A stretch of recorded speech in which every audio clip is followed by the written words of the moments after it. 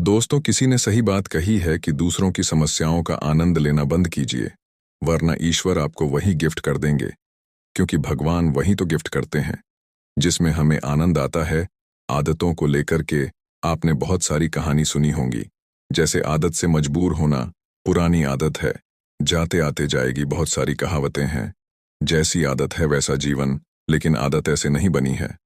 दरअसल हम जिंदगी के नाम पर आदतों को ही जीते हैं। बहुत सारी आदतों को एक जगह इकट्ठी कर ले तो जो बनती है वह है हमारी जिंदगी। नमस्कार दोस्तों, बहुत समय पहले की बात है। एक राजा था जो अपनी प्रजा और अपने परिवार का खूब ख्याल रखता था। लेकिन राजा को अपने आदमियों पर कुछ दिनों से संदेह था, और उस राजा के 3 बहुत ही खास मंत्री भी थे जो उसका काम संभालते थे। लेकिन कुछ दिनों से राजा के उन 3 मंत्रियों में से कोई एक मंत्री ऐसा था जो राजा के पैसों में गड़बड़ी कर रहा था, और वह मंत्री अपने काम को भी ठीक से नहीं कर रहा था। अब राजा काफी दुविधा में था। राजा को यह समझ नहीं आ रहा था कि उन तीनों मंत्रियों में से कौन सा मंत्री बेईमान है और कौन सा मंत्री ईमानदार है।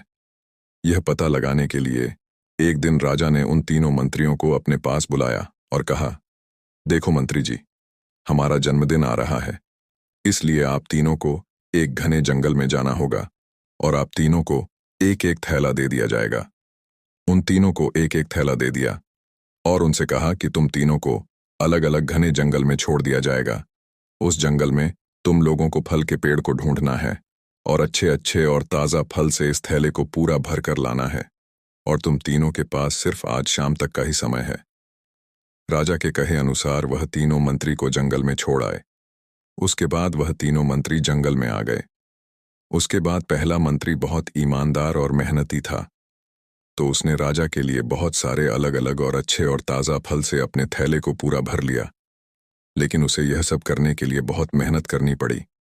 उसने अपना काम पूरा कर लिया था। वह बहुत थक चुका था और उसने अपना काम ईमानदारी से भी किया था। अब दूसरा मंत्री जो था वह बहुत ही चालाक था। उसने सोचा, राजा के पास इतना समय थोड़ी है कि वह यह सब जांच करे कि मैंने अच्छे फल लाए हैं या खराब। तो बिना ज्यादा मेहनत किए उसे जैसे ही फल जमीन पर पड़े मिले, उसने वह अपने थैले में रख लिया, बिना यह सोचे कि वह अच्छे हैं या खराब। जो उसे जमीन पर पड़े फल मिले थे वह बहुत ज्यादा खराब थे, और वह आराम से पेड़ के नीचे बैठ गया। अब तीसरा मंत्री जो था वह बहुत ही ज्यादा बेईमान और आलसी था। उसने सोचा कि राजा सिर्फ थैले की लंबाई और वजन ही देखेगा, यह नहीं देखेगा कि उस थैले के अंदर क्या है और कितनी अच्छी और खराब चीजें हैं। तो उस तीसरे मंत्री ने बिना कुछ सोचे समझे अपने थैले को सूखे पत्तों और कुछ छोटे छोटे पत्थरों से अपने थैले को भर लिया, और वह भी पेड़ के नीचे बैठ गया और शाम होने का इंतजार करने लगा। राजा के कहे मुताबिक समय समाप्त हो चुका था, शाम भी हो चुकी थी। अब वह तीनों मंत्री भी एक साथ अपने अपने थैले के साथ राजा के महल में वापस आ गए।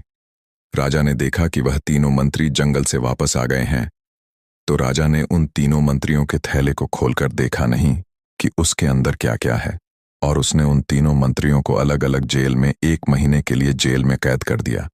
राजा ने सिपाहियों को यह आदेश दिया कि इन तीनों को 1 महीने तक खाना नहीं दिया जाएगा, और यह तीनों भी 1 महीने तक वही फल खाएंगे जो इन तीनों ने जंगल से अपने थैले में भर कर लाए हैं। और उन तीनों मंत्री को राजा ने जेल में कैद कर दिया। तो जो पहला मंत्री था जिसने अपने थैले में अच्छे और ताज़ा अलग अलग फल अपने थैले में जमा किए थे, उसने जेल में 1 महीना आराम से गुजार लिए, अच्छे फल खाते हुए जो उसने खुद जमा किया था। उसके बाद जो दूसरा मंत्री था जिसने बेकार और खराब फल अपने थैले में रखे थे, उसे वही बेकार और खराब फल 1 महीने तक खाने पड़े, और वह उस जेल में ज्यादा दिनों तक टिक नहीं पाया, और बाद में वह खराब फल खाने की वजह से बीमार पड़ गया और उसकी तबीयत खराब हो गई।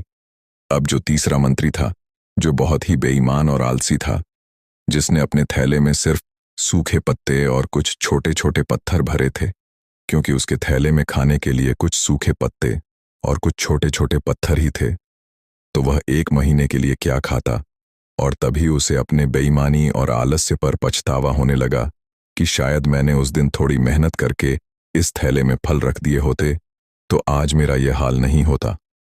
और वह बिना कुछ खाए वह मंत्री जेल में 2 दिन के बाद ही जेल के अंदर ही भूख के कारण मर गया। तो दोस्तों, इस कहानी से हमें यह सीख मिलती है कि हम जो आलस और बेईमानी करते हैं, बेईमानी मतलब अपने ही काम में अपना कुछ नहीं करना, अपना मन नहीं लगाना और खाली बैठे रहना, तो उससे आज तो हमें कोई फर्क नहीं पड़ता। आज तो हम अपने काम में आलस करके आराम कर लेते हैं, लेकिन कल भविष्य में कुछ दिन के बाद हमें उस पर पछतावा होता है। आपने बहुत से लोगों को यह कहते हुए सुना होगा कि काश उस समय पर मैं ऐसा कर लेता, तो आज उस इंसान की जगह मैं होता। लेकिन उस समय पर उन लोगों ने आलस को अपनाया था, इसीलिए वह आज जहां के वही है, और जिसने मेहनत को अपनाया था वह इंसान अपनी मंजिल में आगे बढ़ गया। तो अपने काम के साथ बेईमानी और आलस्य बिल्कुल भी मत करो, उसके बाद तो हमें पछतावे के अलावा और कुछ भी नहीं मिलता। यह जो समय है ना, इसकी कीमत कोई नहीं लगा सकता है। हम लाखों रुपए देकर भी अपनी जिंदगी का 1 मिनट भी वापस नहीं ला सकते। इसीलिए इस समय का सही उपयोग करो। समय की एक अच्छी बात है और एक बुरी बात है। अच्छी बात यह है कि हम उसे किन चीजों में गुजारते हो, यह हमारे हाथ में होता है। और बुरी बात यह है कि समय गुजर जाता है और सभी के पास दिन में 24 घंटे होते हैं, गरीब के पास भी और अमीर के पास भी। बस ये हमारे हाथ में है कि हम उस समय से क्या नया कर सकते हो। तो अपने एक एक पल का हिसाब रखो कि हम उन्हें किन चीजों में गुजार रहे हैं। दोस्तों, अगर आपको यह कहानी अच्छी लगी हो तो कमेंट करके जरूर बताइएगा। श्मशान में एक समाधि पर अपना बस्ता फेंक एक बच्चा समाधि के पास बैठकर शिकायत करने लगा, उठो ना पापा, टीचर ने कहा है कि फीस लेकर आना, नहीं तो अपने पापा को लेकर आना। ये सुनकर बराबर की समाधि पर एक आदमी फोन पर किसी फूल वाले से हजारों रुपयों की फूलों की चादर लेने के लिए बात करते करते कुछ सोचकर फोन पर बोला कि ऑर्डर कैंसिल कर दो। नहीं चाहिए भाई, फूल इधर ही मिल गए हैं। पैसे बच्चे के हाथ में रखकर बोला, बेटा ये लो, तुम्हारे पापा ने भेजे हैं, कल स्कूल जाना। कहानी से सीख दोस्तों, हम जिंदगी में जाने अनजाने में कितनी गलतियां कर जाते हैं, पर किसी एक जरूरतमंद की अगर हम सहायता करते हैं, उसके काम आ जाते हैं, तो हमारी जिंदगी धन्य हो जाती है। मैं ये दावा के साथ कह रहा हूं कि आप किसी असहाय की मदद करके देखिए, आपके मन को बहुत शांति मिलेगी। कोई जाति धर्म बद्धा नहीं होता, इंसानियत बड़ी होती है। कुछ भी बनो मुबारक है, पर पहले इंसान बनो।